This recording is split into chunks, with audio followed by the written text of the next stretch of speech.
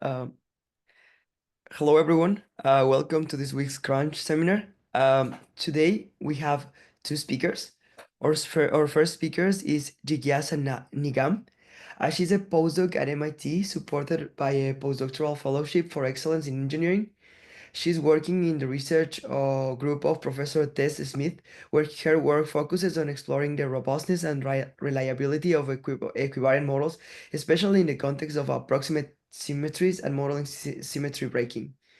In the summer of 2024, Jigyasa obtained her PhD in physics from EPFL in Switzerland, where she was advised by Professor Michel Serodi.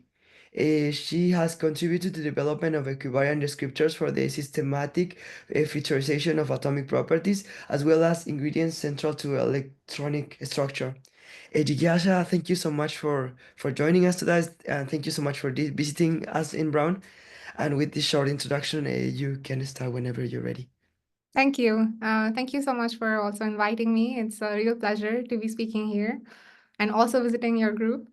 So the title of my talk is very long, but also I intentionally vague because there are many different ways of, providing physical insights for machine learning.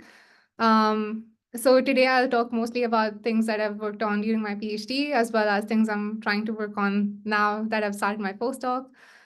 So I am interested in solving problems at the atomistic scale, where we have usually structures that is a cartoon here, where you have each point representing either an atomic position or some motifs attached to points in space.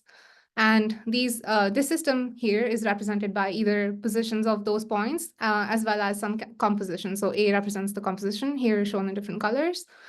And usually we are interested in computing properties associated with this structure. So these can be properties y of A, which are a function of the geometry as well as the composition, or other. You can also think of these colors representing different, spin states, charge states, whatever. And one such property, for example, is the energy of this configuration. And usually you need to compute some quantum mechanical, you need to perform some quantum mechanical calculation to compute this structure energy mapping, which is usually computationally very demanding. And but at the same time, it's filled with a lot of physical rigor. So for example, here, if I have structure A1 here that has a label of the energy EA1, and now I'm here just plotting these energies on a feature space that basically represents the distances and angles in the structure. Then I can do this for another structure and a third one. And I think the goal of machine learning here then is just to infer like an underlying functional form that would connect these points and be realistic for another fourth configuration that I now want to compute the energy of. So the physics here lies in the fact that all of these energies are somehow related. And now if I want to compute the energy of this structure A4, which I obtained by rotating A1 by almost 90 degrees. And now I also say, okay, I had these labels of 1, 2, 3, 4 on these red points or red atoms. I can now also change the labels. I still know for sure that the energy of this structure has not changed, and it's going to be exactly the same as the energy of EA1. So this is one sort of symmetry that we are interested in. So symmetry under global rotations, global translations, and permutations of identical atoms. And now we want to make our machine learning model aware of these symmetries that we know beforehand that our property satisfies. So I gave you an example for energies, but if you're interested in modeling properties like dipole moments, for example, which are vectorial, then you can imagine that these properties have more complex behavior with transformations of your structure. So here, if a structure rotates, the dipole moment being a vector rotates with the structure. So how do you model this behavior? And another approach, which I will briefly touch on during the second half of my talk, is all these structure property relations are guided by some fundamental quantum mechanical ingredient, which could be either the Hamiltonian or some formulation of thereof. So in terms of densities, you can think about how structures are related to their properties. So these operators also, for example, have representations which impart certain symmetries to these observables we must model. So symmetries are pervasive, both in terms of targets, in terms of geometries, as well as quantum mechanical intermediates that govern this whole operation. So how can we machine learn this? And I here call this traditional approach of basically learning how geometries are associated with their properties in two different categories. The first global one is these end-to-end models, which are based on neural networks, which do not actually parameterize in any form the inputs. They just want you just provide them geometries and they will give you the outputs. And the second category is descriptor-based modeling, where you first take your structure, you compute some function of your structure, which must encode all the symmetries that we just looked at. And when you combine this descriptor or this function with some weight, so even just as simple as a linear model, you should be able to reproduce these properties. And as you can imagine, since the field moves very fast, we have abundance of approaches in both of these directions. And then one may ask, what is different between these approaches? So since I presented them as two different points of views, one question we may ask is, are those two, big approaches of descriptor-based modeling versus end-to-end modeling really disconnected? And I already have you already know an answer since I'm phrasing this question in a very targeted way. This question also, ties with the fact that even within this descriptor-based modeling, there were tons of approaches that have emerged since like early 2010s. And, these I imagine as like leaves of a tree rustled on the street. And now you can say, okay, can we look at some underlying principles that they share and provide some order to this scheme? So recently, people have done this back in 2020, so maybe not that recent. People looked at all these different descriptors that were available and try to infer if there is some structure in how they are interconnected to each other. So actually it turns out that you can place all these leaves amongst these different branches, and all of these branches can be related to each other as well, using some symmetries or some approximations. So all of the leaves of this tree share some core ingredients. So either they encode some sort of locality of your structure, or they have some invariance built into them. And we'll quickly go over how to interpret these different branches of this tree. So to do this, I will present to you a framework, which I call the AC/DC framework. It's not the rock band that I'm referring to. It's the atom-centered density correlation framework. And what I mean by that is to each structure, you assign densities. So how do we do that? So given here your structure, so you have points in space. So you assign a localized function to each point in space. So basically, you can imagine this as blurring each point. So you assign a Gaussian, or it can be even a Dirac delta to each point in space. And you then one by one consider all of your atoms and center yourself. So now I'm centering myself on this atom. And around this, I count what are the neighbors present in my surrounding.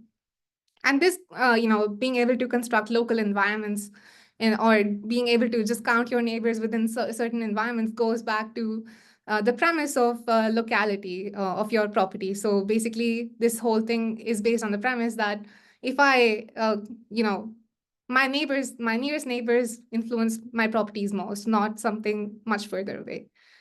So now within this environment that is centered on this atom, I can look at my neighbor one by one. So if I'm representing a pair, I call this a pair density. And now as I presented to you things where I was explicitly able to talk about positions. You can equally well imagine that I can take this position and transform it to a basis, which is equally complete and equally plausible. So here, we did a change of basis from position space to a space of radial basis functions and spherical harmonics or angular functions. And we will shortly see why we do that. But in principle, if you keep an infinite number of radial basis functions and angular functions, then this transformation is complete and you have no loss of information. And then once you've done this, you construct a neighbor density around each atom by summing over your neighbors one by one. So you sum over all the pair densities in your neighborhood and obtain the neighbor density or the atom-centered density. And in doing these steps, I actually imparted this neighbor density a lot of constraints. So by centering myself on the atom, I made my description or neighbor density actually invariant to translations, because now if I translate my structure, I'm moving my center along with the structure. So the relative displacement of my neighbors is not changing, and that's why this function is not changing. And now if I were to change the labels of these two red atoms, also, since I'm summing over those atoms, this description is not changing. So I'm also invariant to permutations of identical atoms. So one thing, going back to the symmetries we saw on the first slide, one thing that still remains is imparting this some rotational symmetry. And now we realize why we did this transformation from position space to a function of radial and spherical harmonics, because spherical harmonics provide possibly the most natural basis to talk about rotations. So we can take this density here and symmetrize it. So by integrating out all the rotations, we end up with a scalar, and which just corresponds to having just the spherical harmonic of L equals 0. And if you were describing dipole moments, you don't want invariance. You want something that rotates with your structure. So you want to keep a higher order. So here, not dipoles. So here, this is an L equals 2, but for dipoles, you would want to keep an L equals 1 representation. So three components of a vector as you rotate your structure. So I guess the question is, when do you just compute the average over one density? Is that enough? Or what geometric information are you capturing within this symmetrization?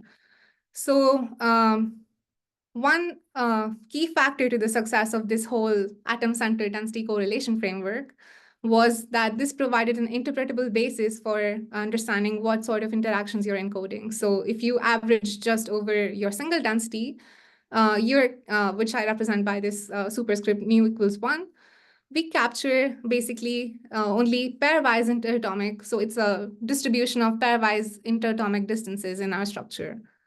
And then you can integrate over two densities, and this corresponds to actually describing triangles in your structure. So you have two distances and angle. And if you model any property based on this description, you're effectively learning the contributions of triangles or pairs of distances and angle to your property, and so on. So you can go even higher and then describe your property in terms of, or your structure in terms of tetrahedra. So three distances and the solid angle, and so on. And if you have enough computing power, you can go up to infinity on this ladder, and you have resolved all the interactions in your system. And at the same time, there's an interconnected ladder of what rotation behavior are you describing? Are you describing only, if you average out this over all rotations, you're describing a scalar, which is useful for modeling energies.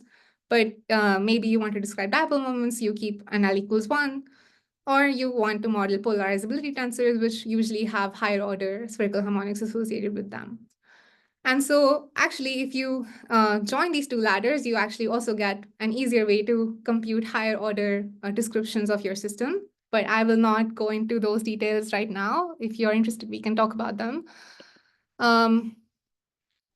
But now I want to switch gears, and I spent a lot of time describing to you what kind of representations or descriptors were out there and how to understand them through one framework. And now we have to also, pay equal importance to the field of neural networks, which also have seen massive progress. So you also can see all the progress in terms of these leaps. And now we again try to identify what are some shared similarities amongst these leaves. So I will present to you the E3NN approach, which basically, in a very similar spirit to what I've already described in terms of descriptors, encodes symmetries of your data. So Euclidean neural networks differ from traditional neural networks in how you abstract geometries or how you abstract representations of your properties as well as structures. So again, we are now interested in describing data in terms of whether it changes under rotation. So again, this L corresponds to the spherical harmonic representation, where L equals 0 again corresponds to either scalars, or you can also have a parity associated with those, and you can also describe pseudoscalars in this framework. And similarly, for the L equals 1, where we were talking about vectors, you can also imagine some things which a vector that does not change sign under inversion of your coordinate frames. And that would be a pseudovector. So for example, the angular momentum or the magnetic field, that would be a pseudovector. And again, this going back to when you have spherical harmonics, and I showed you in the context of descriptors when I was taking these products and averaging out. I think a question to ask there is what are you multiplying? What kind of products are you computing, right? Because if you have two scalars, the most natural way to multiply this will give you a scalar. And if you have a scalar multiplying a vector or a spherical harmonic of order 0 multiplying a spherical harmonic of order 1, it's basically just a scalar that's scaling your vector, so either shrinking or increasing its size. But when you have two vectors, what do? You can compute the dot product, the cross product, but the most general thing you can do is compute what is the tensor product. So you end up with this. So you have three by three elements, so you end up with this submatrix which has 9 components. Which is not the most, which does not have a predefined behavior under rotations. So this must be decomposed into what are called irreducible representations or irreps. So when you decompose this, you end up with a scalar, a vector, and L equals 2 spherical harmonic, which we will also see shortly. But basically, within neural networks, you are looking, you can imagine them as convolutional neural networks, but instead of gridding data, you're basically looking at filters where you have a learnable part, which depends on your radial distribution, and you have spherical harmonics, which guide how these filters are going to capture your geometry. So again, this is very similar to the descriptor framework, which I showed you before, where now you have encoded your behavior under rotation by keeping spherical harmonic abstraction of your geometry. So I guess you can now see similarities between what I spoke about in terms of descriptors and neural networks, right? So can we actually really theoretically prove that they are identical?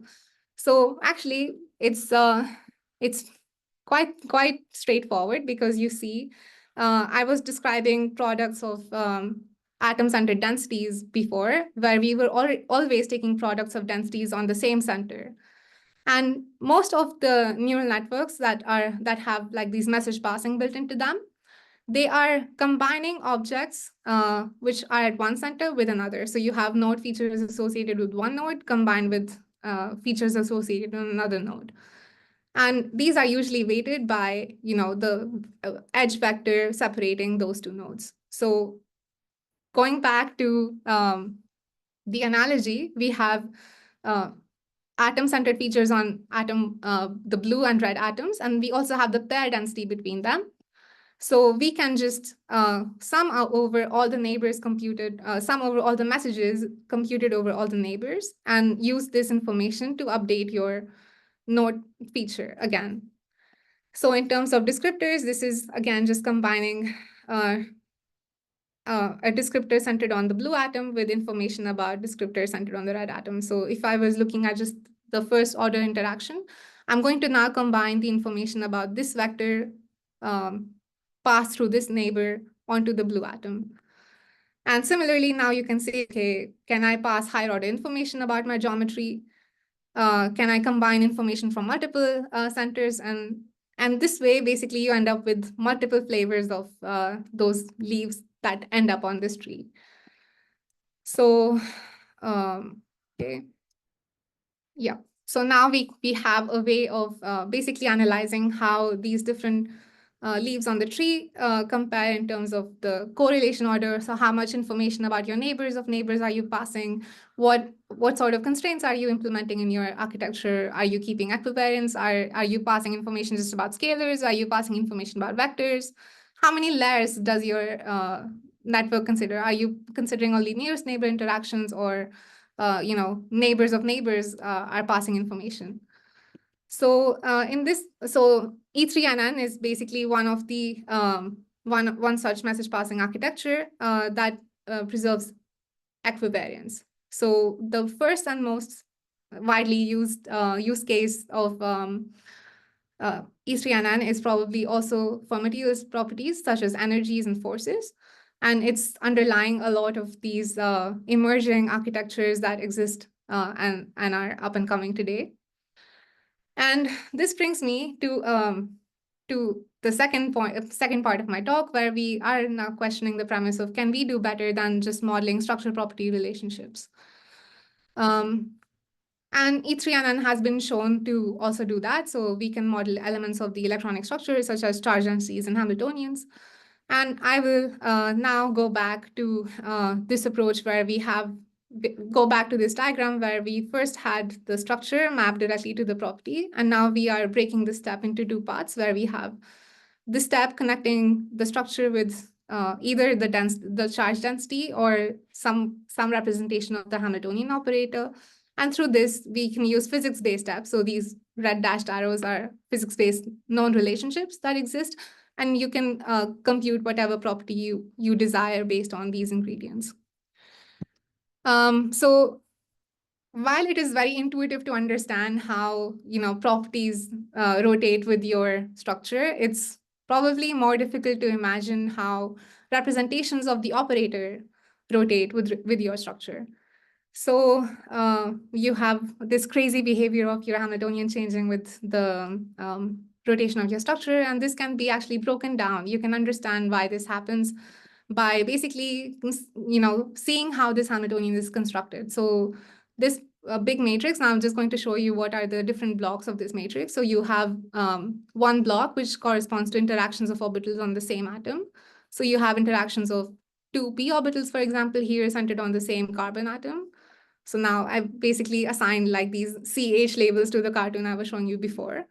And then you can also do this for all the hydrogens and end up with what forms the diagonal of your matrix. And usually the matrix we are working with has a Hermitian symmetry, so we also just need to worry about what happens in the upper or lower half and reflect it across this diagonal.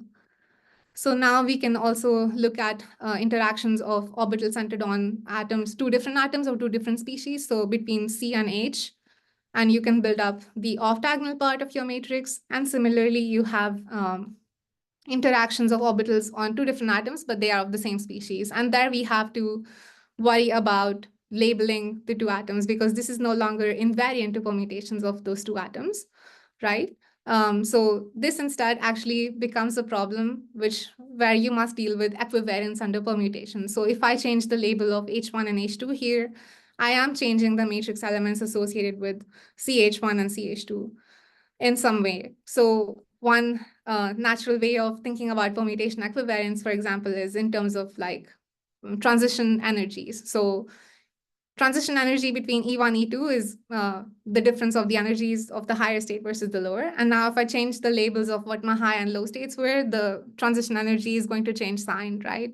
So basically the same thing happens, but in more convoluted manner. So it's not just a negative sign that appears when you change the labels of H1, H2. Something more complicated happens, but we must account for the permutation symmetry of identical atoms.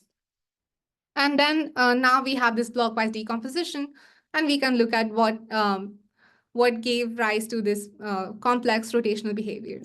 So again, since I'm saying a 2p orbital, right? So p orbitals or s orbitals, all or most orbitals are associated with spherical harmonics as well. So if you have interactions between two p orbitals, they look like interactions between two L equals 1 spherical harmonics, which again, we can now decompose. So this again looks like the figure that I showed you a couple of slides before, where we had the tensor product between two L equals 1 spherical harmonics, and this could be decomposed into an L equals 0, 1, and 2. So we are basically doing an irrep decomposition of a more convoluted target here. So each of these can be learned separately using neural networks targeting that specific irrep, or descriptors which correspond to an L equals 0, 1, or 2.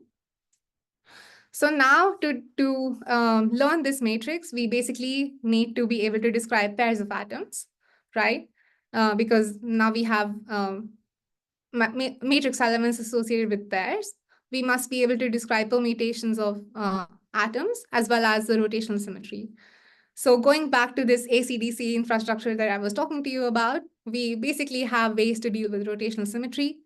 We also had ways to deal with pairs of atoms, because in this setup, I was showing you what was a pair density, right? So we were constructing the neighbor density by summing over all the pairs. So each pair lost its identity. But if we were somehow able to capture or retain information about the pair, then we could just combine this vector with the atom density around the first atom, and then basically take this as the description of the pair and use this to model the blocks associated with that pair. So for example, here again, I'm just showing you how to, again, take this matrix and construct models for this.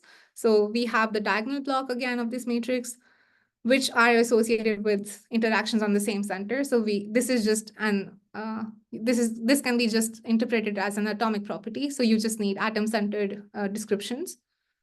And then for everything else, you can use information about the pair descriptor. So how are you connecting the vector connecting the pairs of atoms with the densities around them? And the same thing for the offside same species. But I actually speak about always the same species differently because, again, you have to symmetrize your representation with respect to permutation. So this is going back to, the fermionic, fermions, bosons classification, where you must symmetrize your description to permutations. So in this way, we have a way to set up how to model structures to their associated Hamiltonian matrices. And now we can use, physics-based. So basically just diagonalize this to obtain the eigenspectrum, for example. So a good reward for going through all this pain is that your models are extremely robust and also very data efficient. So for example, here, this is a test case. On the left is a completely noisy matrix. So I did not want to run any calculations. So I wanted to just compute what would happen if I have a benzene molecule to model. So I said, okay, I will choose a basis set to describe this benzene molecule. So for each benzene, I have a minimal basis set associated with this molecule. So for carbons, I have a 1s, 2s, and 2p orbital. And for each of the H's, I have only a 1s orbital. And so this matrix, I think, is almost 30 by 30. And then I filled it with completely random numbers. So even though I have basis elements associated with each of these elements, I actually don't have the nature of the elements in that fashion. But I treat this as my data, and I train a model on just this one single example of the benzene molecule. So my prediction clearly looks very different from this target, right? Because of the constraints that are built into the model, like the model is equivariant, so it actually cannot learn this noise. It actually predicts something that has symmetries, and which are important because now, even though you train on noise, you recover the spectrum of benzene at zero distortion here, for example, which has the correct behavior. So you expect for benzene to have triple or a set of 3 doubly degenerate eigenvalues, which you do recover here. And these eigenvalues distort in known ways when you distort the benzene molecule under certain directions. So this is known as the Jahn-Teller effect. And even without training on this explicitly, your model knows how to recover this. And here is an example of a water molecule. So here I'm plotting the difference between the target and the predicted. And now we are seeing, okay, sure, we have a way to model the matrix, but do we care about all the eigenvalues associated with them? So for most properties of interest, we only care about the occupied orbital. So, until the blue dots. But if you're modeling a big matrix, you are actually, suffering the cost of also having to learn these higher energy states, which you actually don't need. So now we said, okay, can we just not learn the true Hamiltonian that would come out of a calculation, but somehow only learn the spectrum that we are interested in? So can we only learn a subset of the energies we are interested in? And this will also help us transfer the accuracy of calculations done on much larger basis sets to a small basis set, which is usually very helpful for quantum chemistry because there are errors associated with basis set truncations, and usually for very accurate calculations in quantum chemistry, you have to deal with very large matrices. So if you don't care about certain, or you only care about a certain spectrum, then a certain part of your spectrum, then you only need to target that. And now you may ask me, hey, Jigyasa, you only want 4 eigenvalues. How do you prevent your model from only, learning a matrix that has those values on the diagonal? How do you ensure that your matrix actually has some meaning beyond, just being a wrapper for your eigenvalues? And you'd be right, because we actually did try this. And then we saw, okay, the matrix actually lost all meaning, because if you now treat this matrix as your Hamiltonian, then whatever charges you recover from this matrix are completely opposite of what you'd expect. So you have here a stark difference between the charges associated with each of these atoms. Actually predicted negative charges on the hydrogen, which is unphysical. So then clearly we need a way to constrain both the eigenvalues and the eigenvectors, which is clear if you want to learn a matrix like this.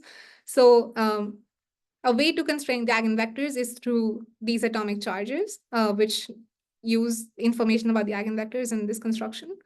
So constraining on both the energies and charges, we end up with a matrix that actually preserves some physical meaning. And we test this by actually computing excitations of the eigenspectrum. So this is something called the STDA approximation for some of you more familiar with chemistry. So these are excitations over the ground state, but actually only use information about ground state eigenvalues and charges. So without having explicitly trained on this STDA approximation, we do recover quite well the excitations that even up to the 10th order on a bunch of hydrocarbons. And also, this way of indirectly constraining your model to reproduce physical constraints and also imposing symmetries in there helps you be more transferable. So even just training on very small chains of hydrocarbons, we can have the model extrapolate quite decently to much larger chains and even to very large molecules like Buckminster fullerene, which is like C60 and has a very complicated motif structure, which I'm not showing here, but I will point you to the reference if you are interested. So I will wrap up. I'm not even sure how much time I have left, but today I basically try Oh, to. don't worry, you still have some time. Take your time. Don't. Oh, thank you.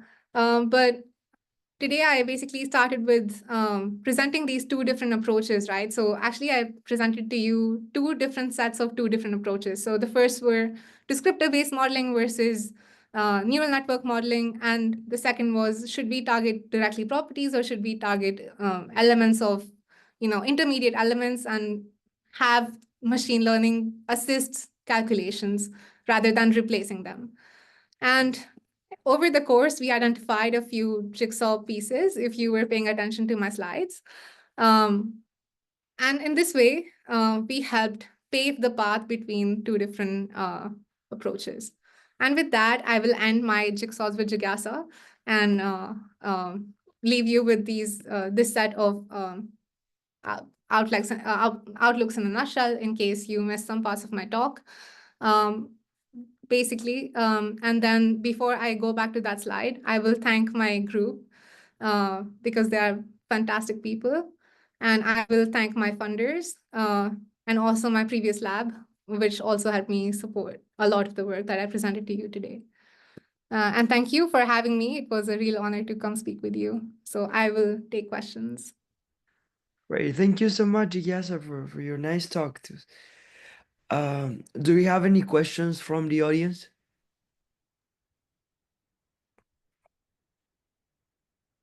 Hi, my name is Alan. I'm a PhD student working with George. So could I. you go to the slide with the random matrices and the water molecule? Mhm. So what data are you training there on? Like, so in the case of the in the random target example, In this case. yeah, what constitutes the training data? So in this case, this is a completely random molecule. You just do torch dot random and you get a matrix like this. But over here for the water, this was actually realistic data computed by DFT using, I think, def2 SVT basis, PB. Oh, okay. So in this case, like, so this is like the descriptor path, right? Mm-hmm. So Yeah. you don't train the data, you don't train the model on anything. You just follow the descriptor based path and construct the spherical harmonics to find the energy. Is that right? So yeah, so that's partly right. So you basically take your geometry, you construct descriptors, and you have these targets. So I will go back to this slide. So you're basically here trying to learn this matrix piece by piece. So for each piece, you have constructed like these descriptors, and you learn these weights on some Mhm. training set, and you learn how these weights would combine with descriptors on your test set and recover the structure of your Right. matrix. Right. So in the random target example, Mhm. the random target was the test set. So what was the training set there? Oh, in this case, Yeah. we actually had no test set. We just basically had this one structure Okay, okay. with a completely random target, fit the model, and so this is the prediction. And now I'm just saying, okay, the test set are the distorted geometries of benzene. So I distorted geometries of benzene along these directions here. This Okay, is okay. like the E2G mode of benzene, if that makes more sense to you. Okay, okay. And so the model takes the positions of the atoms as the input Mm-hmm. and predicts the metrics Yes. through the descriptor based approach. Yes. Right. So on the other hand, there are some papers like equivariant graph neural networks that does it like in an end-to-end fashion. So Yes. it takes in the positions of the atoms and predicts some output quantity that's like equivariant to translations, rotations, reflections, and permutations. So, Yes. like, what do you think about these two approaches? Like, do you think computing the spherical harmonics is like expensive, computationally expensive? I think equivalent models are also computing implicitly these descriptions and this was what I was trying to convey in the first part of what I was saying. Um, because when you have most equivalent neural networks are somehow parameterizing your geometries on radial functions as well as, okay, if I can find it, I guess, here. So even though you're not explicitly constructing descriptors, you have a radial function which you are learning, as well as spherical harmonics inbuilt into your network. Right. So I understand. So in the equivariant neural network paper, they do construct the spherical harmonic. Right, But right. in the equivariant graph neural network paper, one of the contributions is they avoid constructing the spherical harmonics. Okay. So so like maybe like you could look at the paper and maybe Right, that. right. I mean, there are also approaches, which also avoid going through spherical harmonics altogether. You can be completely in Cartesian space and still enforce equivariance. I think it's a question of architecture choice and flexibility. I find it easier to think in terms of spherical harmonics just because they are eigenfunctions of your rotation operator. So it is easier to think about rotations in terms of them for me. But I mean, equally, other approaches are equally plausible. Okay. All right. Yeah. Thank you. Thank you. Do we have any other questions from the audience? I have a question. So the data you're using, Casa, the data comes from density function theory. Yes. So all the data you use for, okay, so you have to run this to generate data and then Yes. do the learning. Also, other properties, are there any other properties important that to be preserved? For example, symplecticity. Is that something, or you're not evolving the system, so you don't care? Yeah, so currently we are not evolving the system, but I think one question is if you were using this for evolving the systems, I think so. Some approaches using time evolution operators have considered this because they also want to be symplectic and probability conserving as well. but that was not my focus here, so I didn't actually pay much attention to that aspect at all. Alan, who just asked the question, actually has been working on symplectic neural networks. Okay, interesting. So how you can exactly preserve symplecticity in Hamiltonian systems. Perfect. Okay, we should have a chat then.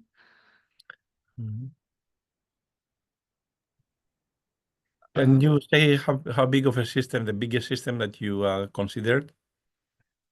Oh, so that's actually not published yet, but we are looking at twisted bilayer graphene and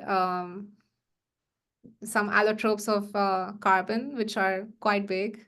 But I also did not present to you the periodic machine learning for Hamiltonians yet. Those are like the biggest systems we have studied so far. How many atoms? Oh, that's a hard question. Probably 128 per unit cell, I think. And then you have several unit cells to consider, but I might be wrong here. Okay.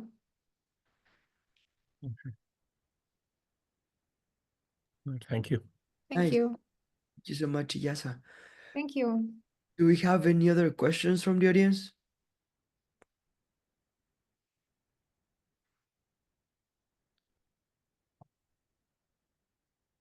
Looks like we do not.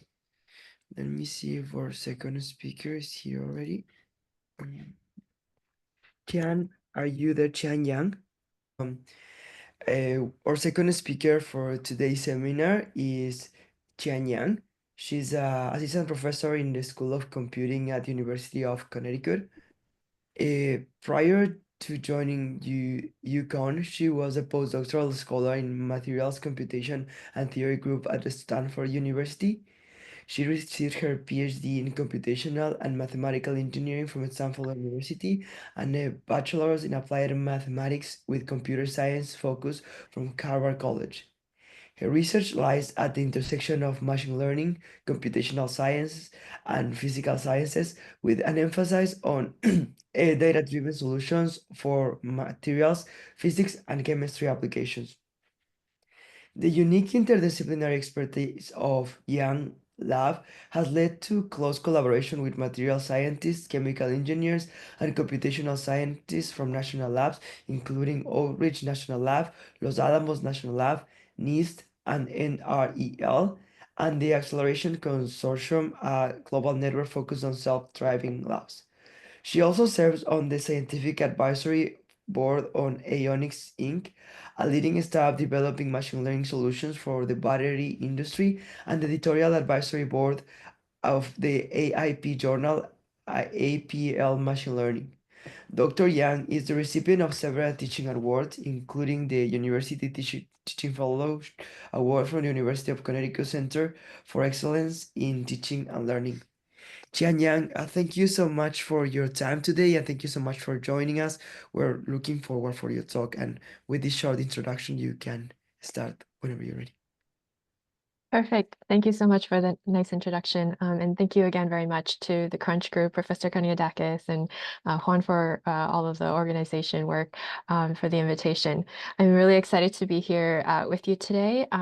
So I'm going to be talking today about a probabilistic framework that we recently developed for implicit symbolic regression and our hopes of applying these types of techniques to model reduction for dynamical systems.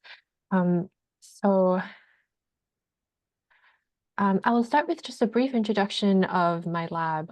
We're the Scientific and Computational Machine Learning Lab at the UConn School of Computing. So what we mostly focus on is machine learning applied to materials and chemistry applications. And what we're looking for often is working with our collaborators to identify gaps and challenges in trying to apply ML to scientific applications and utilizing that kind of insight in order to develop new algorithmic approaches and paradigms. So we do a lot of different things in machine learning, from working on large molecular dynamics data sets, so like atomistic simulations, and trying to do statistical learning in order to build fast reduced order models of complex chemistry, we work on things like trying to solve the active learning problem, so trying to do design of experiments in the case where we really have a very, very small learning budget. So we have these issues with hyperparameter tuning for active learning. We work on computer vision, and in particular computer vision in the very small data domain, and how we can use few-shot learning techniques in order to enable effective computer vision in the lab when the training data is very small and very different from these large ImageNet data sets that the computer vision community is more typically used to working with.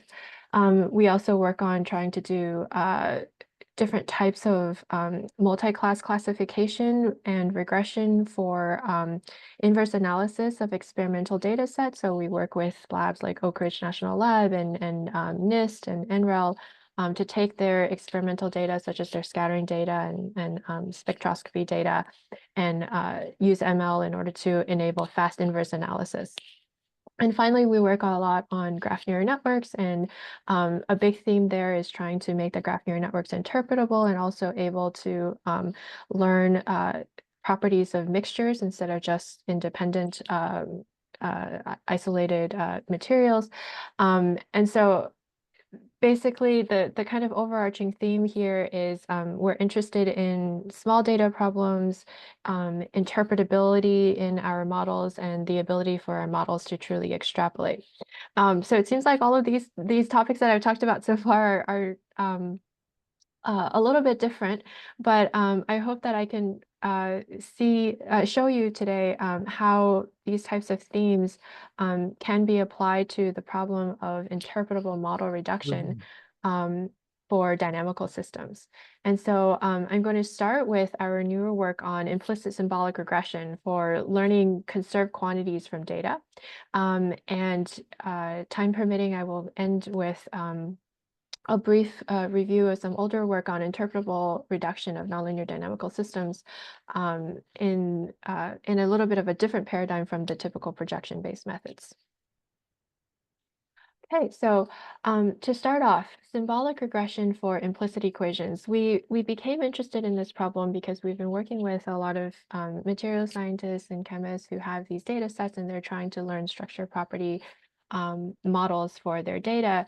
And one of the things that kind of we realize is that in a lot of problems today, when we kind of use machine learning to solve regression problems, what we're often focused on is trying to discover y equals f of x, right? So we have some descriptors, we have some inputs, and then we try to predict some output.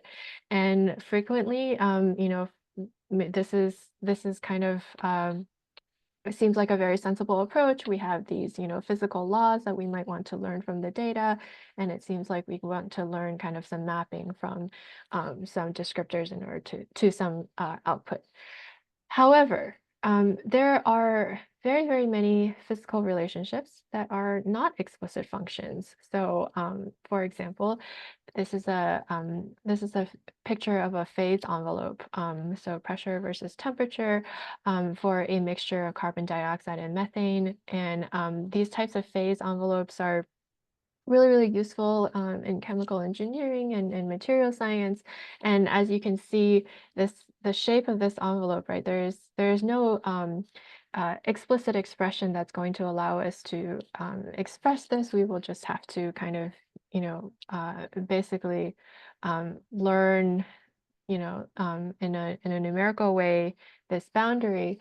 But the question is, in general, right, are there a lot of applications where if we could actually learn in an implicit relationship directly from the data, then that can actually lead to kind of shifts in the way that we currently do a lot of modeling and data-driven learning today.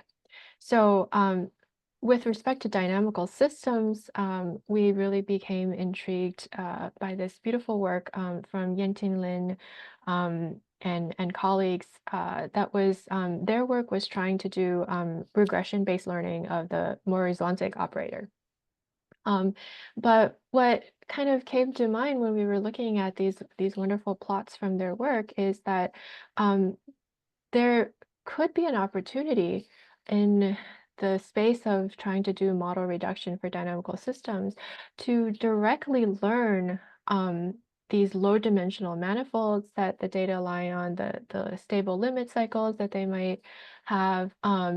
And that could actually change a lot of the methodologies that we are typically using in order to construct reduced order models, and how we think about approaches to reduced order modeling. So this is just a kind of example, for example, from the van der Pol oscillator, where you have this nice stable limit cycle, and the question is, can we directly take data from trajectories and then learn for a particular choice of mu, for example, what this stable limit cycle is, and if we can, then that can kind of change the way that we try to fit our reduced order models.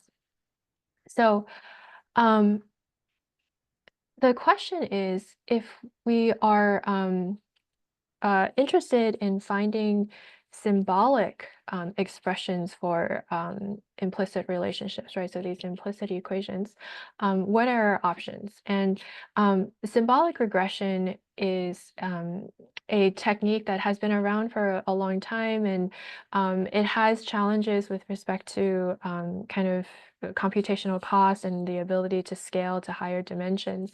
But as with many things in machine learning nowadays, it's really seeing a resurgence. There's a lot of increasingly sophisticated methods that kind of take a hybrid approach, using things like deep learning and reinforcement learning, and incorporating symmetry in order to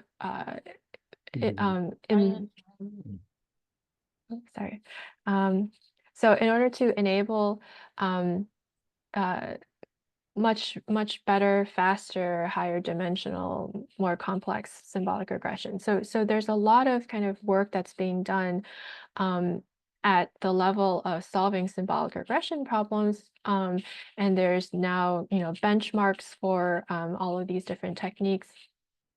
But the problem is that none of these benchmarks actually address implicit symbolic regression. And in fact, if you were to kind of naively plug in an implicit symbolic regression problem, and I'll kind of give an example of how we would plug that in a second, to these methods, they won't break per se, but they won't actually be able to recover good solutions much of the time. And in fact, a lot of kind of commercial packages that have since been developed for symbolic regression, you cannot actually even solve implicit. They just don't have that capability. Qian, And can so I ask a question? Yes, absolutely. Yeah, if you go back to the example you showed, that there's an implicit relation between one more back. Mhm. Yeah, this one. Mhm. The reason you have this relationship in the first place could be that the parameterization is not adequate, right? So if I have another variable, if I Mhm. embed this in a high dimensional space with another Mhm. variable, then Right. this will be a function. So then I Uh-huh. just do an explicit, right? Right. So Is it true then that every implicit representation with if you project in a high dimensional space could be explicit? yes, yes, yes. So implicit, so all explicit things. Oh, sorry, you're asking the other direction. Okay. So Yeah, the other way, the other yeah, way around, yeah. So actually that's a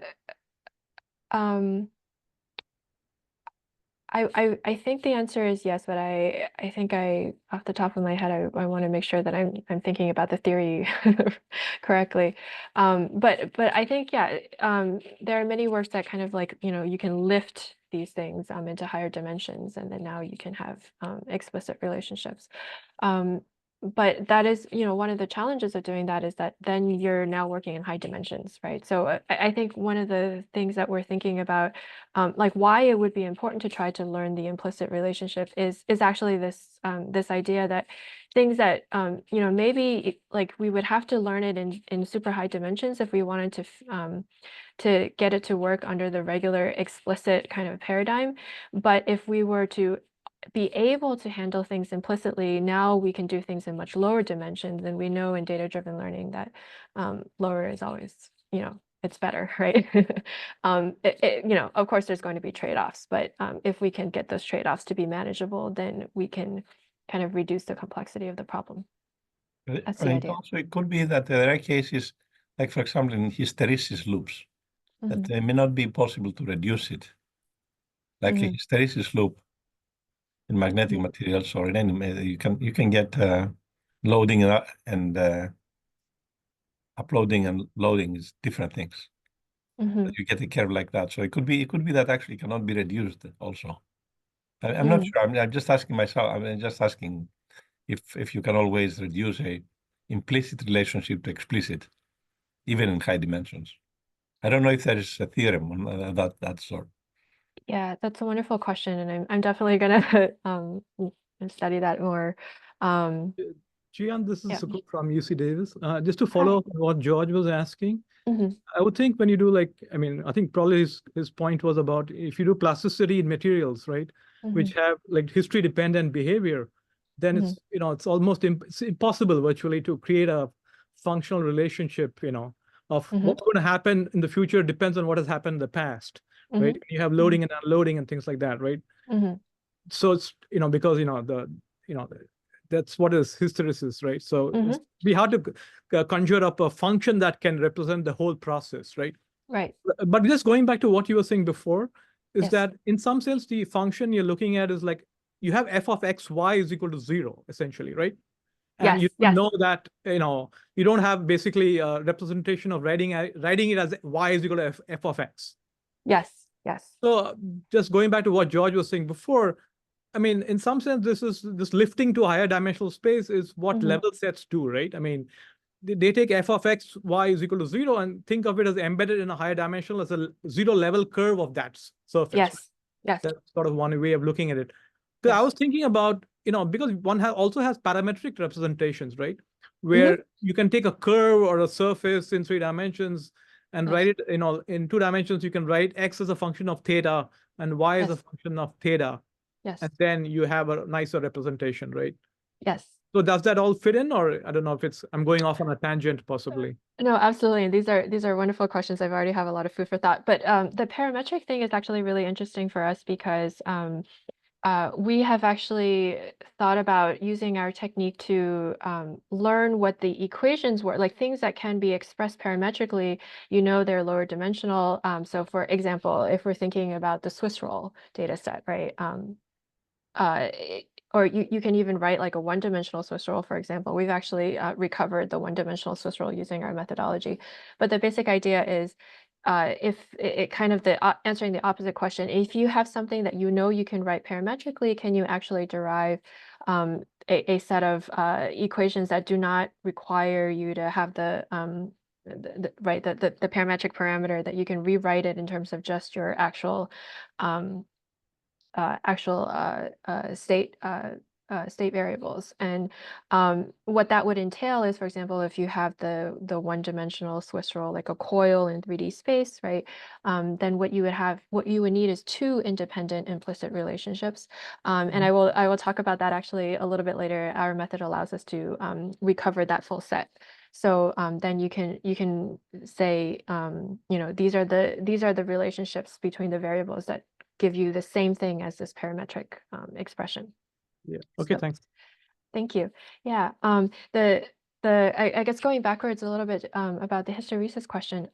I think this is actually one of the things that really kind of motivated us is to think about these problems where, like, a lot of the times where we think that we cannot fit something really well, or we actually know that we cannot fit something really well in the explicit formulation. Can we kind of do better or like actually make things work by finding an implicit relationship, even if it's approximate in certain cases because we're learning from data. So hopefully I can convince you today that this is an approach that we can think about for a lot of these types of problems. So excuse me, this yes. is Jerome Darabon. I have a quick question about implicit and explicit. Yes. By explicit, you mean the use of usual functions, standard functions? What do you mean by explicit? Okay. So yes, I should have defined. When I say explicit, I mean that we're trying to find an expression. Y is some function of x, right? So I can express y as some explicit function of. But by explicit, it could be, I don't know, an integral representation, a solution of an optimization program, or is it a usual function? I don't know. Addition. Yeah. Right. What do you mean by explicit? So here I mostly mean like a usual function, right? So any kind of mapping. Okay. Yes. Okay. And by implicit I mean g of x is equal to 0. Okay. So or g of x comma y. Yeah. Thank you very much. Thank you. Okay, so actually all of these kind of lead to why have we not been doing implicit learning? And the problem is that if we kind of just take everything and throw it into the regular supervised learning framework, the way that we would do this is we would just you have g of x is equal to 0, or I've simplified it, right? I've assumed that the y goes into the x. But then what you do is all of your features are x, and all of your features are x as usual, and then all of your labels are 0. So every single data point has the same label, it's 0. Or without loss of generality, you could have a constant or something like that. So the problem with this is mostly about the fact that you will have trivial solutions that will look like they fit the data, and it's difficult to get rid of them. So in any learning kind of process, as a human, we will look at these equations that we've written down here, like x minus x is equal to 0, x divided by x minus 1 is equal to 0.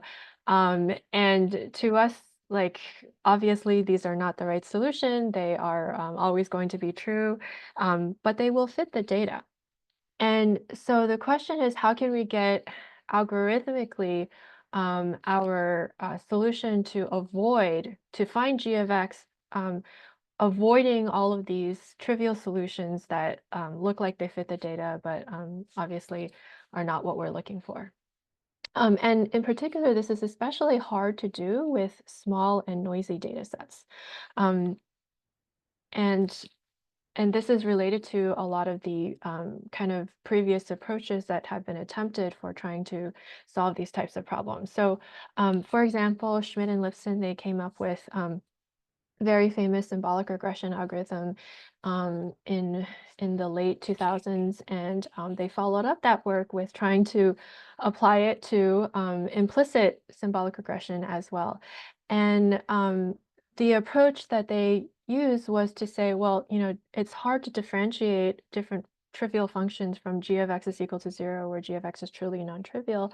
But what we can do is we can use implicit derivatives, and we can enforce that the partial derivatives are correct, right?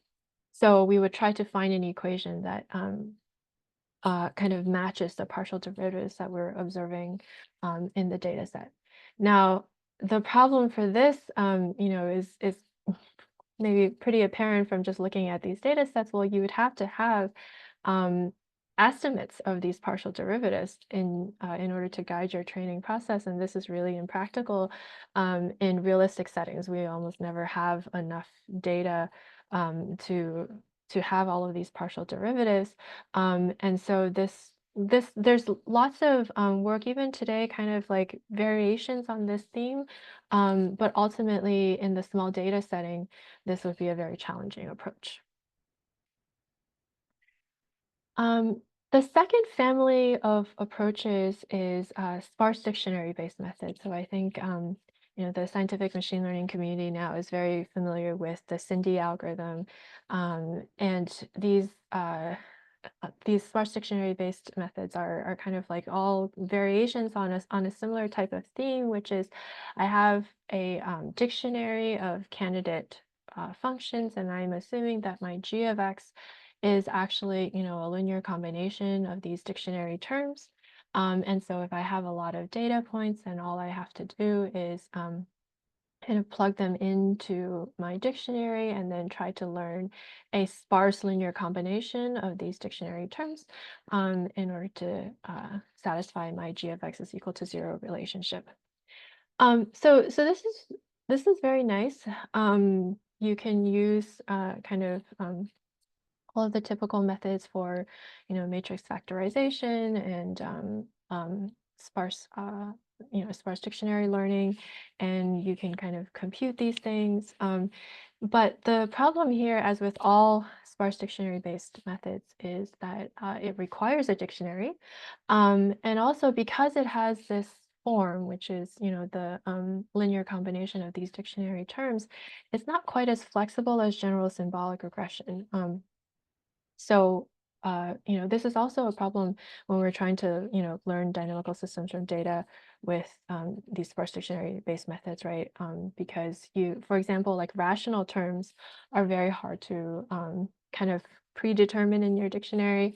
And so the problem here is that, this is a big improvement over the data challenges of the derivative-based methods, but this is now much less flexible because of this kind of like dictionary setup. So given that symbolic regression itself has been, there's been lots of improvements in that community, what we would like to do is to kind of be able to say, well, if symbolic regression can be made much more efficient, then can we still leverage symbolic regression, all of its flexibility, but still be able to handle small data?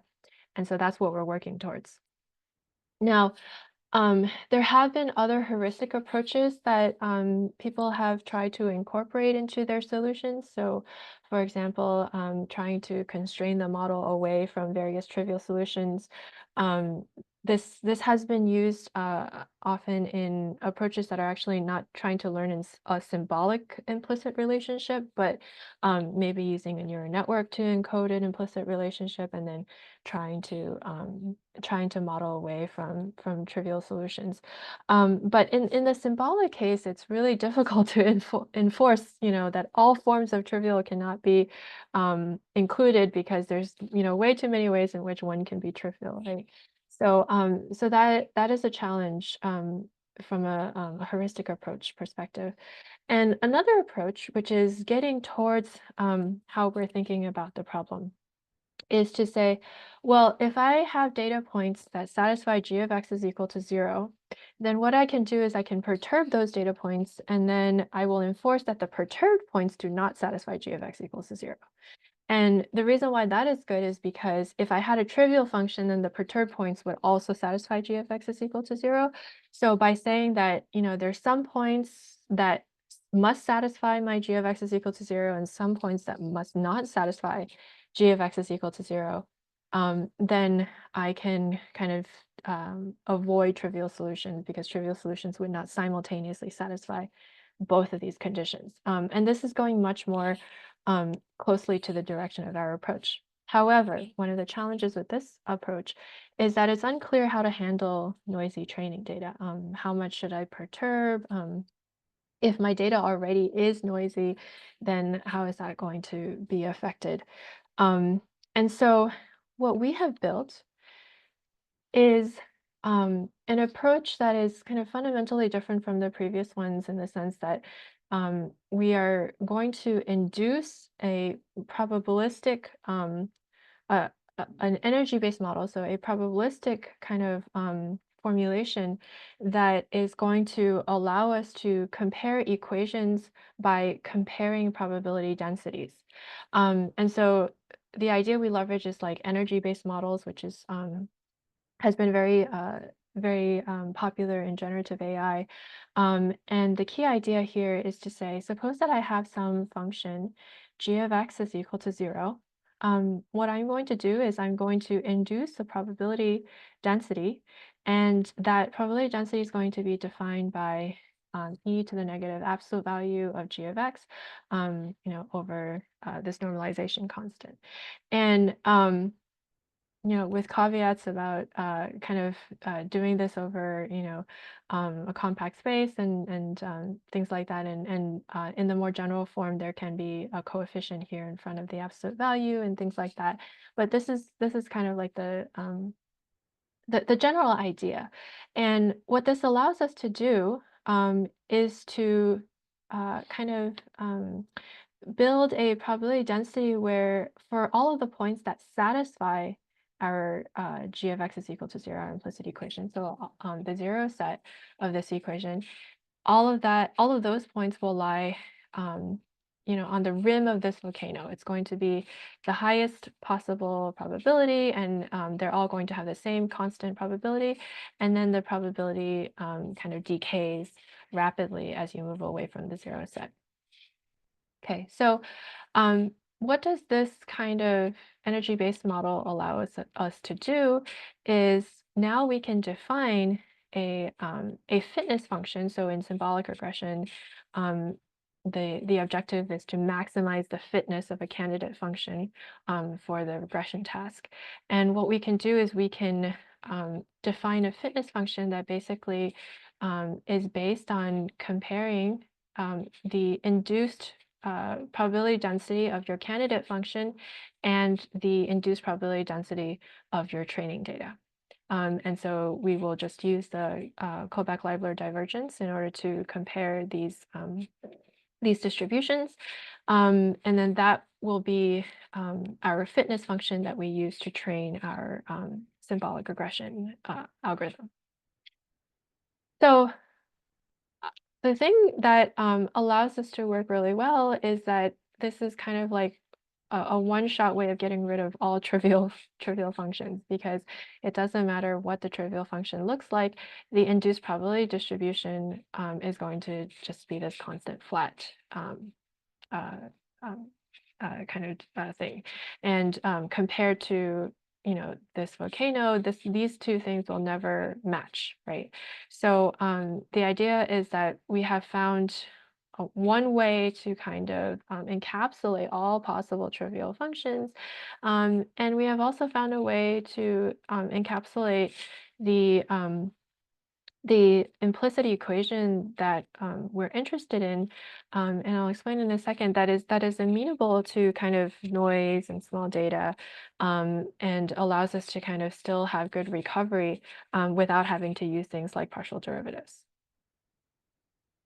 Okay, so this framework allows us to handle small data, noisy data, and we can also use it to find multiple independent implicit equations, which I'll show later in this talk. And importantly, because the basic idea really is to design this fitness function, it's compatible with improvements in underlying symbolic regression algorithms. And in fact, this is really a fitness function, so it can actually be compatible with all kinds of learning procedures in general, not just symbolic regression. And the basic idea here is that once we've defined this fitness function, then we're trying to train our algorithm in order to find candidate functions that maximize this fitness. And so in our current work, we're actually using PySR as the underlying symbolic regression package. And as these symbolic regression methods get increasingly sophisticated and powerful, you can just switch that out, and it doesn't change anything about our particular method that's built on top of it.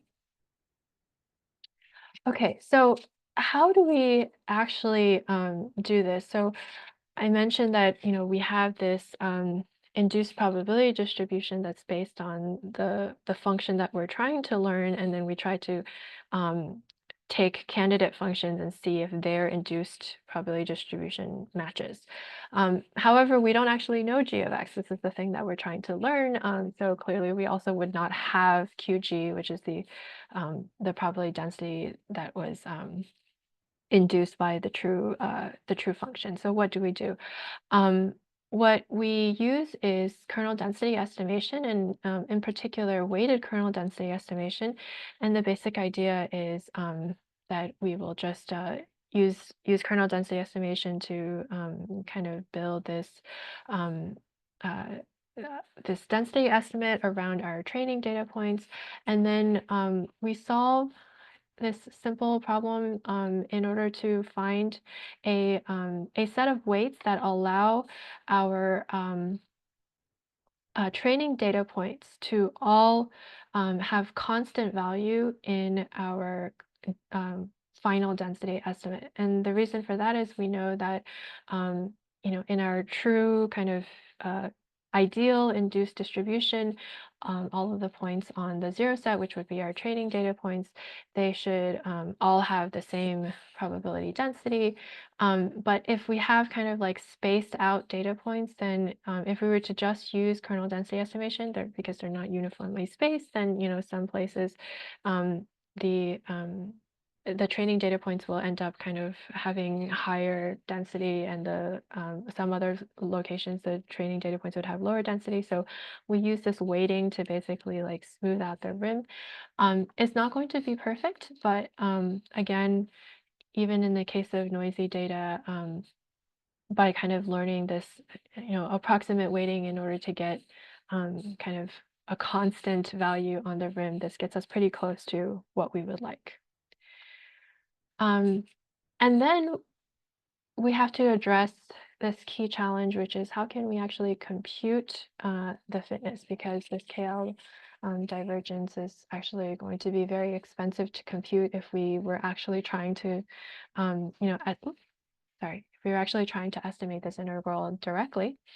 But what we're going to use is importance sampling. So I think this audience is probably, quite familiar with this. And the basic idea is here I'm trying to compute an integral of some function times a probability density. And so this is really an expectation of this f of x with respect to this density. And what I can do is I can numerically, if I were to kind of do this directly, what I would do is I would sample from this probability density, and then I would take, an empirical estimate of the expected value by evaluating these f of x's and taking an average. But clearly with this type of energy-based model, with this volcano plot, it's going to be really, really expensive if I try to draw from p of x, right? And so what I would like to do instead is to draw from an alternative probably distribution. I'm going to explain that in a second. But the basic idea is, suppose that I could draw from an alternative distribution Q of x, then what I could do is I could take samples and then take an expected value of f times p divided by q, and these two things would be exactly equivalent. And so what we actually do is a variation on this called multiple importance sampling. And the basic idea is that there's really two different regions that we want to sample. One is in the zero set, and one is everywhere else, right? So this is going back to the idea of it is a good idea to have, both the data points on which g of x is equal to 0, and then also the data points in the heuristic approach, these would be perturbed data points for which g of x is not equal to 0. In our case, in this probabilistic framework, everything is based on that kernel density estimate. And so what we do is we draw from both the data points that are our training and using our kernel density estimates, what we call these local data points. So basically, we're trying to draw from close to the zero set. And then we also draw data points from basically everywhere else uniformly at random. And these are what we call our global samples. And so these are a couple of examples of what happens when we change the ratio between, or change the amount of local and global samples. So these local samples are from the kernel density estimate, and the global samples are just uniformly at random in this compact space. And what you can see is that what we end up sampling can be very, very sparse. And I show these examples because these are examples that can still lead in many cases to actual recovery of the true underlying equation. So this is in contrast to kind of partial derivative based methods where you really need quite a bit of sampling in order to get what you require. Okay, so there's a little bit of a extra caveat here, which is when we do the kernel density estimate, we don't actually end up having something, like super smooth like we have here in the ideal case. What we end up with is a probability density that has these gaps, right? And it's gappy because we have small data sets, and so there's regions that should have corresponded to the zero set of the equation that we care about that we never are able to sample at. So there's like a there's just like a kind of like a valley in our volcano. And so if we were to actually try to compare our kernel density estimate directly against our candidate functions, we would actually get worse performance sometimes because our true, if we had the true candidate, it would look like this, and then it would see that there are, gaps here, and it would think that that's actually a difference between the densities.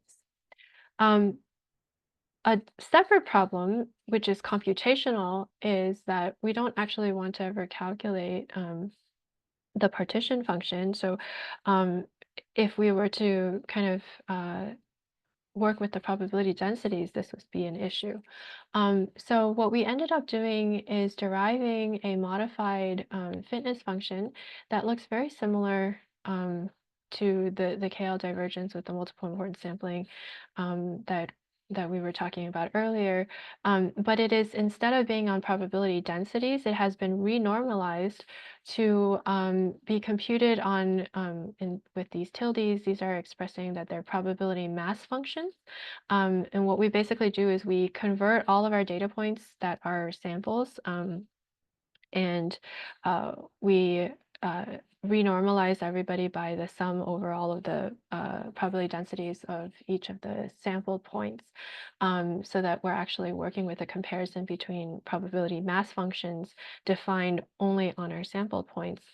So there's a probability mass function defined on our sampled points with respect to our training distribution, and then there's the same sampled points on which a probability mass function is defined for our candidate distribution, or our candidate functions. And then we compare those, and so at the end of the day, we get this weighted fitness function that looks like this.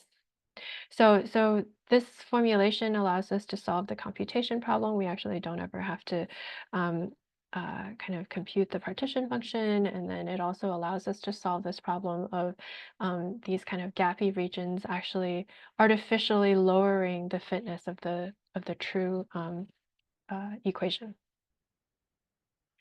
Okay, so that's the overall kind of approach, and what we can see is that indeed we are able to recover quite different types of equations. We have things to, higher order polynomial terms. We have, sine, cosine. This is just a very, preliminary set of noiseless data that was used to compare against some recent heuristic works that have been trying to build implicit symbolic regression methods. And so we use their same, very nice uniform grid. And what you can see here is that out of 30 random trials, so there's some random initialization in the symbolic regression, right? If we do this 30 times, for these two equations, we recover it every time. For this equation, it's a little bit harder, but we still recover it 22 out of 30 times. So really, you don't have to run this many times before you will find the equation. And the good thing about the implicit equation is, especially in the noiseless case, if you find it, you know that it's the correct answer. So it's not the case that, 8 times you would get something that's wrong and you wouldn't know. You actually can always know, oh, I didn't find the right equation, so I'm just going to run it again with a different random seed, and I'll just keep doing this until I find it. And then we used both the uniform grid and also our a little bit more difficult problem, which is the training data, instead of being on this nice uniform grid to compare with previous works, we also did like random sampling, so that it was much more spaced out and kind of much more variation. And in both of these cases, we were still able to get very high recovery rates in the noiseless case. And then in the noisy case, we were also able to get high recovery, even with up to 1% or 10% noise. And so what we mean here by this noise tolerance column is, for these different equations, what we did was, for each of the features in the data, so x1, x2, x3, we have all the way up to x4 in these examples, we would add a random perturbation that is proportional to the standard deviation of the feature value in the data set. And so this is 10% of standard deviation perturbation, 1% of standard deviation perturbation. And these were the tolerances, these are the noise tolerances at which we were able to still recover this correct equation. So this method, as we can see from these results, it works. We don't have to have very large data sets, and if the data sets are noisy, we can still recover the exact noiseless equation that they came from in many cases. Okay, and then what we would like to do is to utilize this to solve real application problems. And for example, in dynamical systems, we know that there are many systems of interest that have conserved quantities, right? So conservation of mass, conservation of energy, these are common things that kind of are things that we often use actually to make our numerical solutions. We try to use these things to make our numerical solutions more accurate. We can also think about using these things to enable reduced order modeling. And so the basic idea is, can we, if we are given a trajectory, find what the conserved quantities are and learn them from data? Now, the issue is that if you have realistic systems, it is not necessarily the case that you will only have one implicit equation. In fact, in most cases, you are not, because if you have one equation, then you're going down in one dimension, right? So however many independent equations is how many dimensions that you're going down. And so if, for example, in these Lotka-Volterra equations, what you can see is that the solution lies on this one-dimensional manifold. And so therefore, we would expect, and in fact we know, because this is a nice toy problem, that there are two independent implicit equations that are satisfied by the trajectory data. One is the sum of all of the dimensions is equal to a constant, and another one is that the product of all of the dimensions is equal to a constant.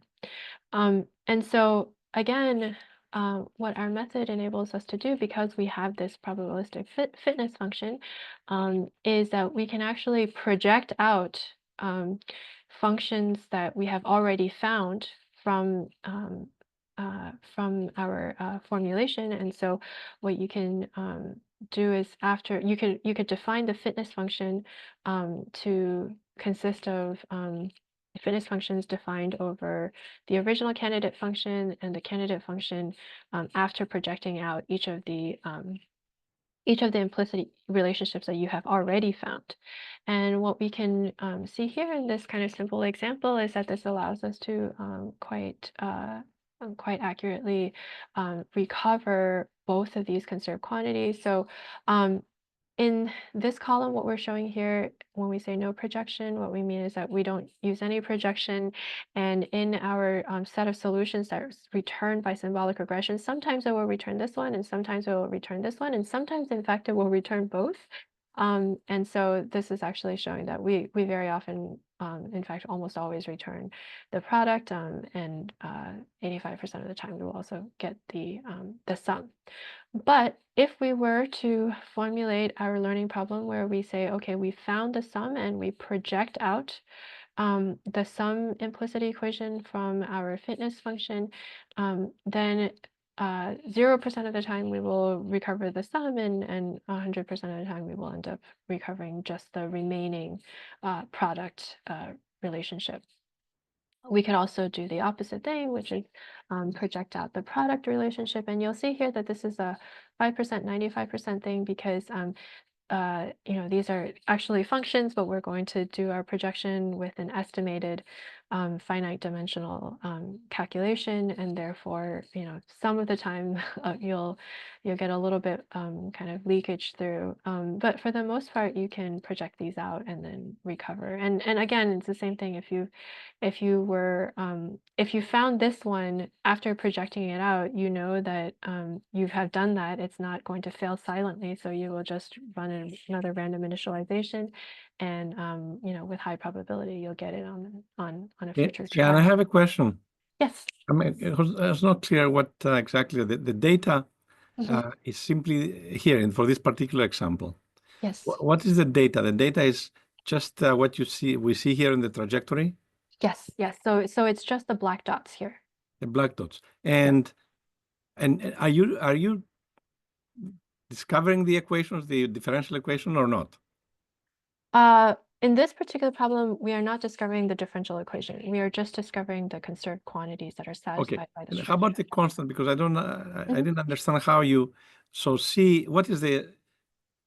Are you, because you can project that these are, you can predict that these are the sum is constant, but it could be different constant.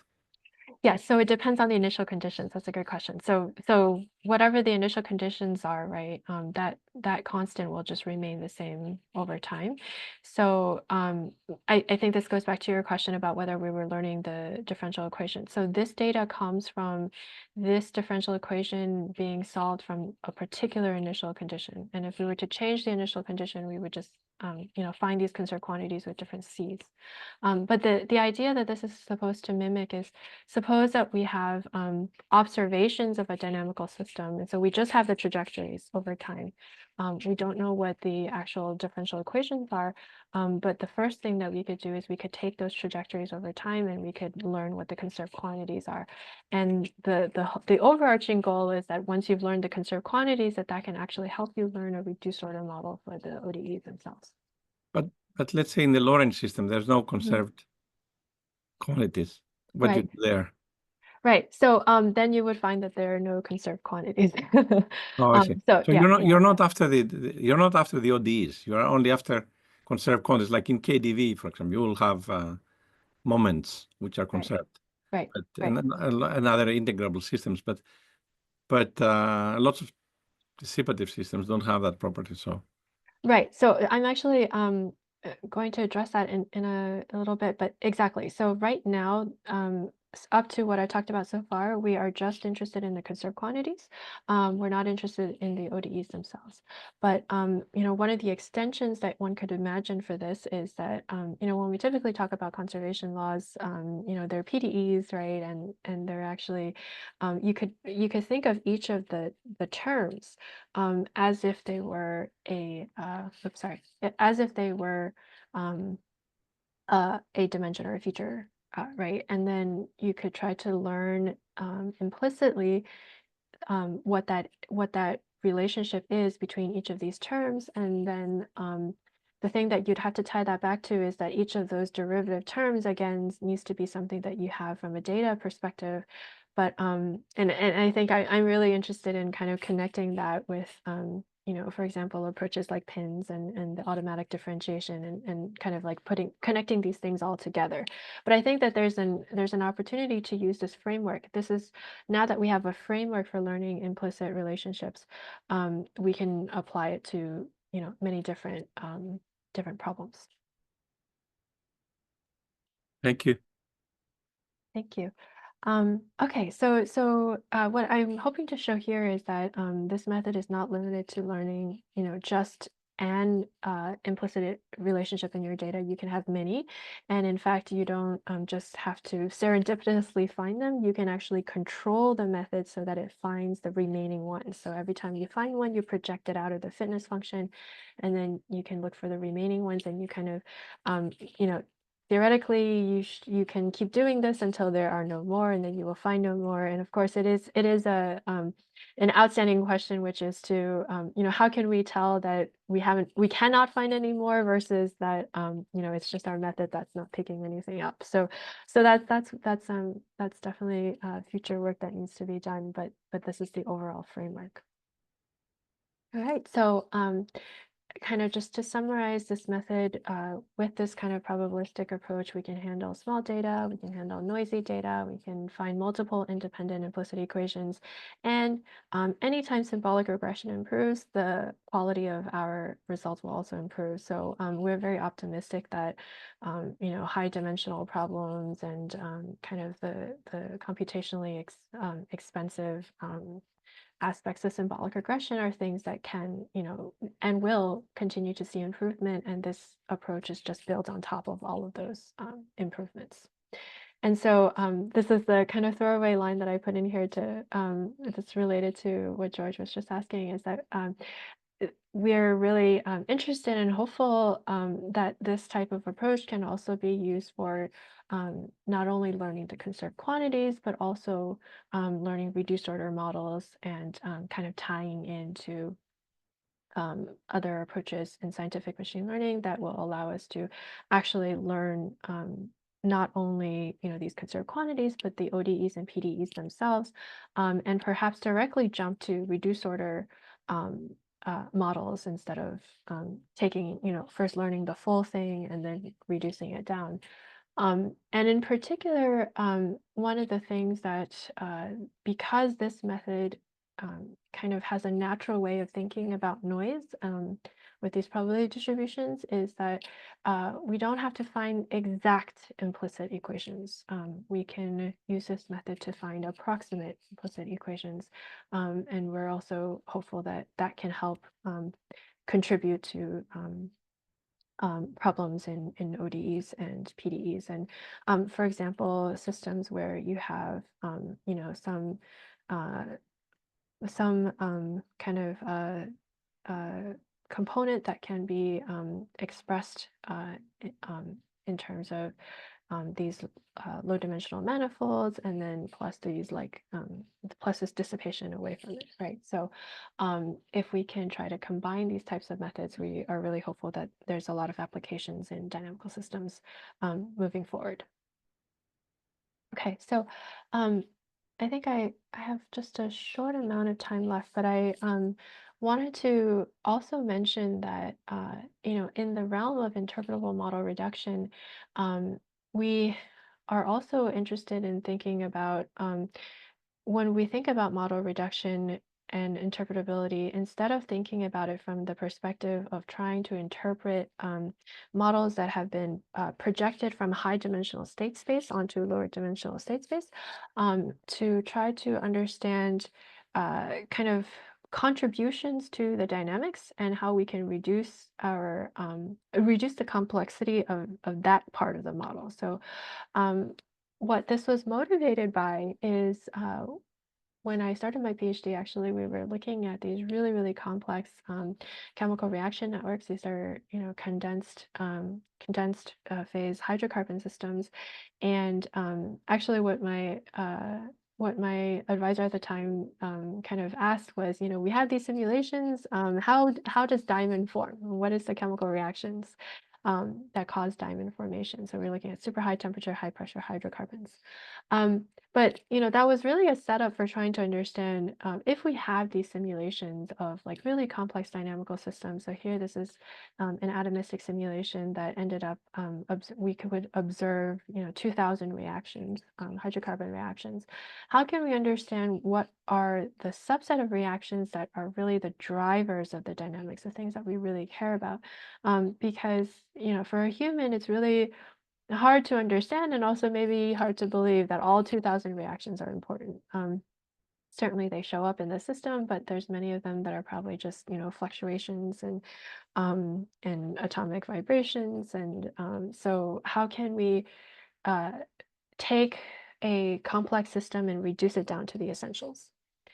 So what we built at the time ended up kind of looking very similar to things that are related to sparse dictionary-based approaches. But the basic setup is that when you want to reduce a nonlinear dynamical system, what we can try to do is we can try to set up a linear system in with respect to all of the derivatives. And the idea is that if we're looking at, for example, the Lorentz model, it is nonlinear, right? Because it has these nonlinear terms. And if we were to try to do model reduction where we had to solve this nonlinear ODE internally at every step, then that is going to be super expensive. But what we can do is we can instead observe that the left-hand side is actually a linear function of all of these terms here.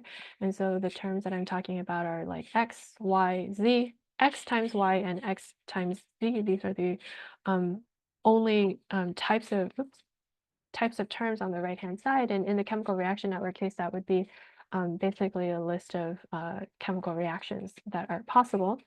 And then each of these terms corresponds to this, sparse column of coefficients as they show up here in the actual ODE. So in the chemical reaction network case, each one of these columns would actually correspond to the stoichiometric coefficients of the chemical reaction. So what you can then do is notice that you have a linear system, which is that the derivatives is equal to this sparse matrix, sparse and constant matrix, times a diagonal matrix. So this is, this vector on the diagonal of these terms, some of which may be nonlinear, evaluated at particular times, and then multiplied by this vector, which is just the vector of all ones, indicating that all of these terms come into play on the right-hand side of the ODE, for example.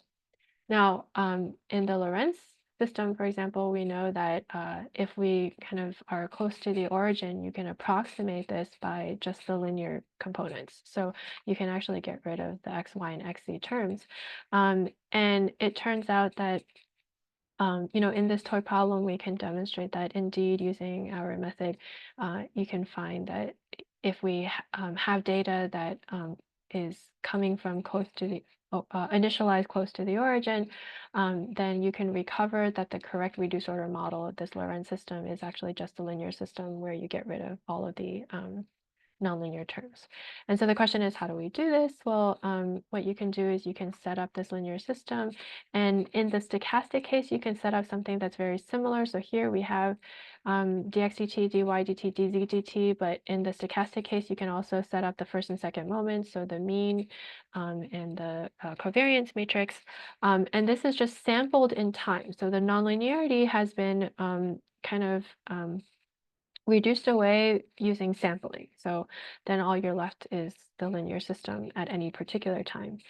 And then what we can do is the usual, you have the linear system, and then we use this weighting method, and I'm going to address that in a second, why the weighting is important in order to solve this, L1 regularization problem.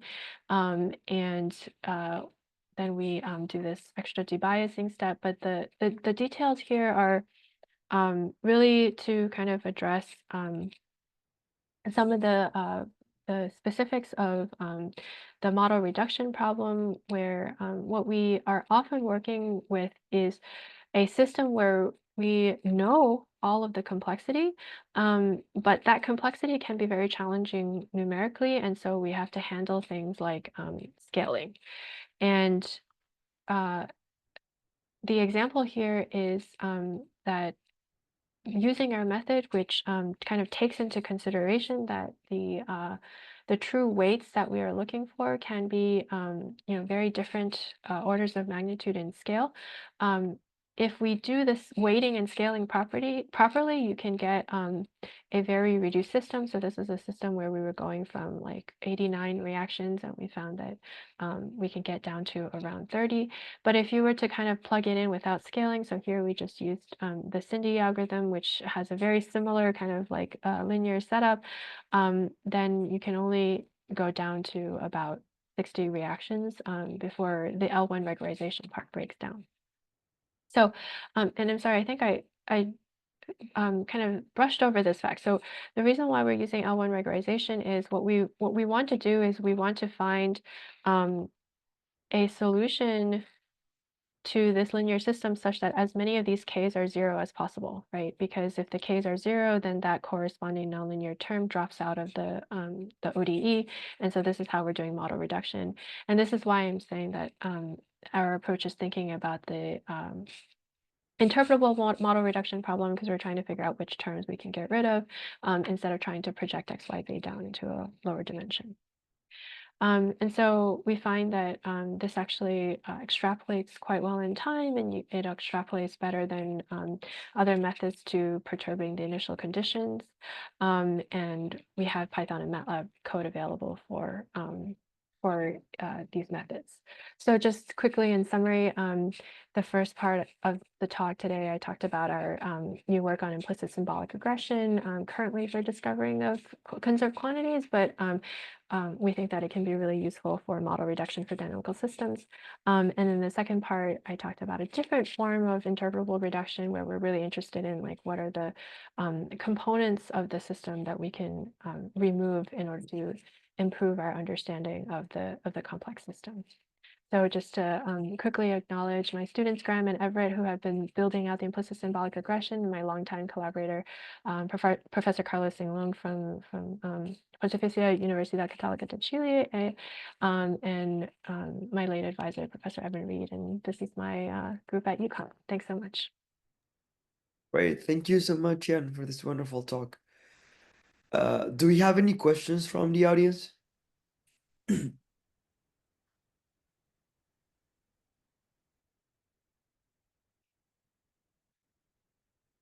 I have another question. Yes.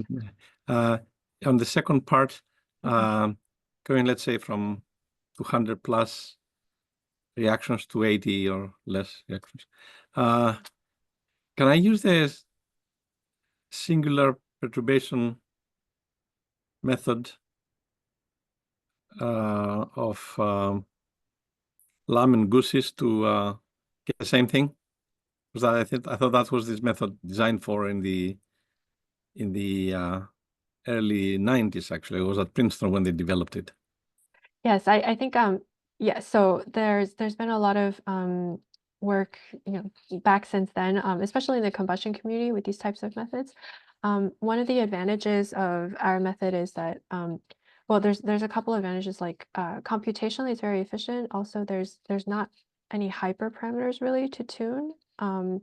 So what you see here in this optimization problem, that it's really only this one hyperparameter, and then you get a family of you get a whole family of reduced order models.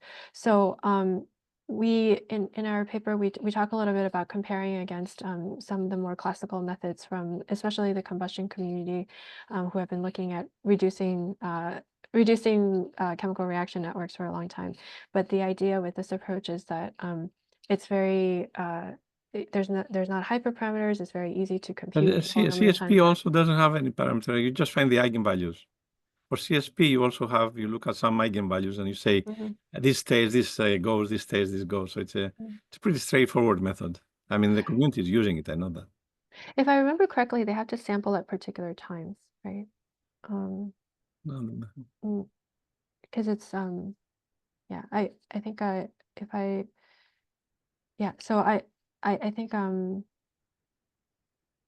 there's choices of times that it needs to be sampled at, but I will go back and it's particularly for reactions, so that's why Cindy and all these other libraries are general. So I don't believe they can be competitive. But I don't know. That's why I'm saying a good comparison would be of Irene versus CSP. Absolutely. Yeah, I think that is yeah, we should compute that explicitly. I remember when we were looking at these that there were choices that had to be made, but definitely something that we should review and then directly make that comparison.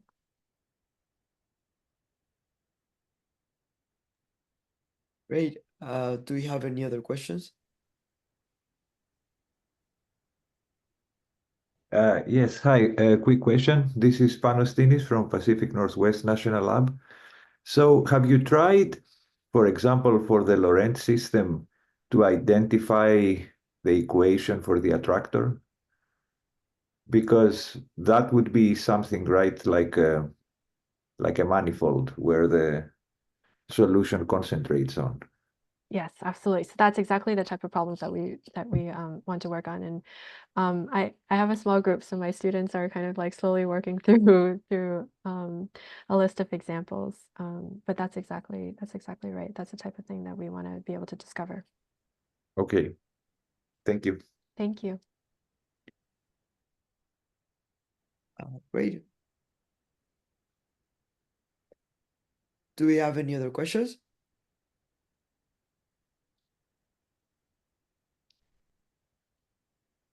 It looks like we do not have any other questions, so I think we can close the seminar.